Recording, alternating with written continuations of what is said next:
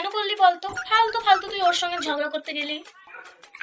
ও কোনো ব্যাপার না, ও যেমন আমার পেছনে লাগতে এসেছে তেমন আমি শুনিয়ে দিয়েছি। ওর সঙ্গে তুই কেন ঝগড়া করেছিস? দে তোর বাবার নাম্বার দে।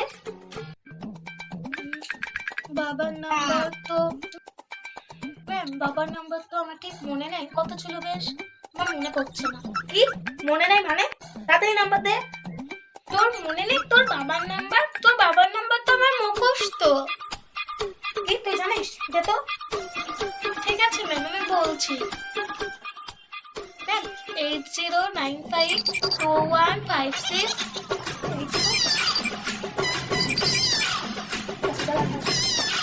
হ্যালো, ও কিন্তু স্কুলে এসে মারপিট আর ঝগড়া করছে। ক্লাসটা শেষ হোক, বাড়ি যাওয়ার সময় তোকে আমি লিখে দিচ্ছি, তারা আমি আবার কি করবো? ভালোই বলবি তোমার